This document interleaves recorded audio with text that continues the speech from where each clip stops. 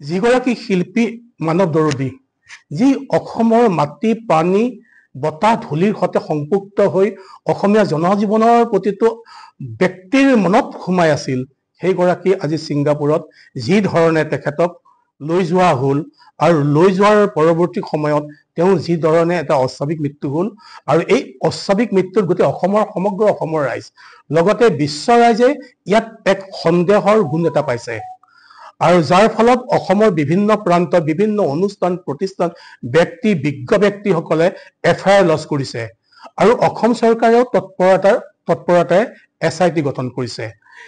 এতিয়া যিহেতুকে গোচৰটো যেনেকৈ বিষয়টো এটা আইনৰ দৃষ্টিভংগীত আহিব, আইনৰ আদালতত আহিব, এতেকে এই সকল ব্যক্তি অধিবক্তা ওচৰত তাৰমানে এই দোষীসকল যিসকল লম্পট বুলি যাক আজি প্ৰতীয়মান হৈছে, যিসকল সাংস্কৃতিক তাৰমানে বেপাৰী বুলি প্ৰতীয়মান হৈছে, যিসকলৰ জীৱন ধাৰণৰ মানদণ্ড এক অশালীন বুলি আজি প্ৰতীয়মান হৈছে, সেইসকল শক্তিয়ে কেৱল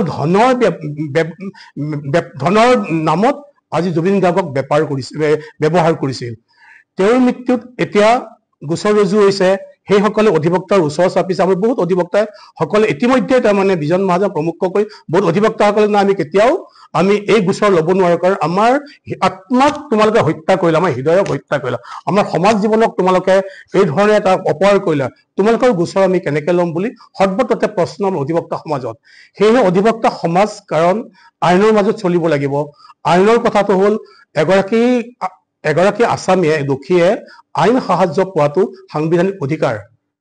তাৰ মাজত থাকি আমি কিছুমান সিদ্ধান্ত ল'ব লাগিব।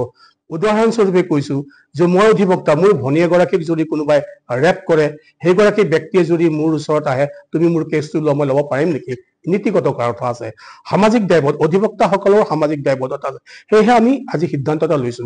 আপোনালোক জানে সদৌ অসম উকিল সন্থা এক ঐতিহাসিক সংগঠন, গোটেই অসমৰ অধিবক্তা সমাজ ইয়াৰ লগত সংপৃক্ত হৈ আছে।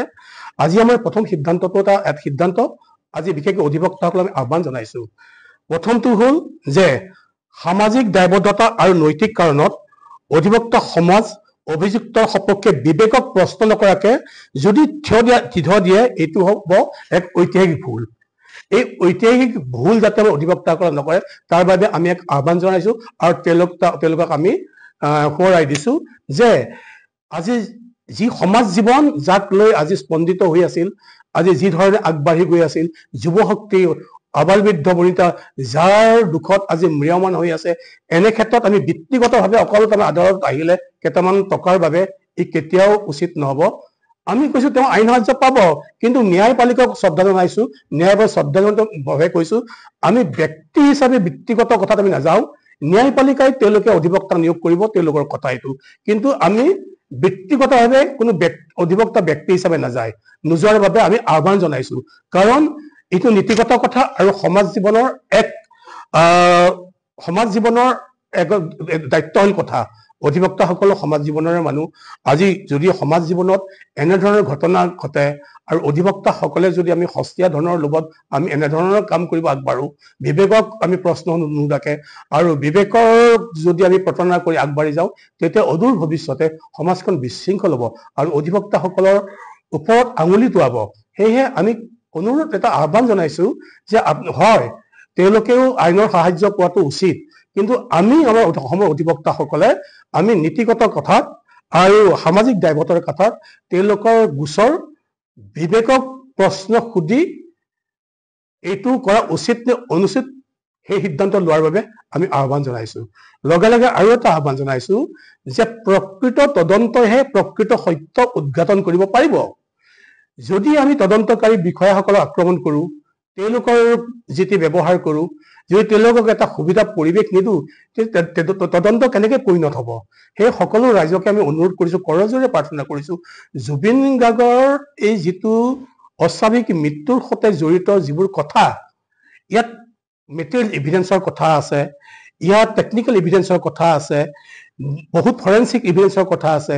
এইবোৰ কথা তদন্তকাৰী বিষয়াসকল তেওঁলোকে তদন্তৰ ক্ষেত্ৰত যিজনে আগবাঢ়ি যাব, এই ক্ষেত্ৰত যদি আমি সমাজে তাক বাধা দিওঁ, শিল দলিয়াম, কিবা কৰোঁ, তেতিয়াহ'লে বৰ অপকাৰ কৰা হ'ব আৰু এই বস্তুটো বিধি পথালে দি হ'ব। সকলোকে আমি অনুৰোধ কৰিছোঁ, জুবিন গাৰ্গৰ মৃত্যুৱে আমাৰ মন প্ৰাণত এনেকে ভাঙি গৈছে, মন প্ৰাণ। আজি সেইসকল যদি যিসকল সংস্কৃতিৰ বেপাৰী, যি দুৰাচাৰী, যি লম্পট চৰিত্ৰৰ ব্যক্তি, সেইসকলক আমি আইনৰ কাঠাগড়াত আনিব লাগে আৰু তেওঁলোকক উপযুক্ত শাস্তি দিব লাগে, যাতে সংস্কৃতিতে আমাৰ বেপাৰ কৰিব নালাগে, শিল্পীৰ নামত বেপাৰ কৰিব নোৱাৰে, এগৰাকী জীয়া শিল্পীক যাতে তেওঁলোকে অস্বাভাৱিক মৃত্যু দিব নোৱাৰে, তাৰ বাবে আজি অধিবক্তা সমাজ আমি কঠোৰ সিদ্ধান্ত ল'বলৈ বাধ্য হৈছোঁ।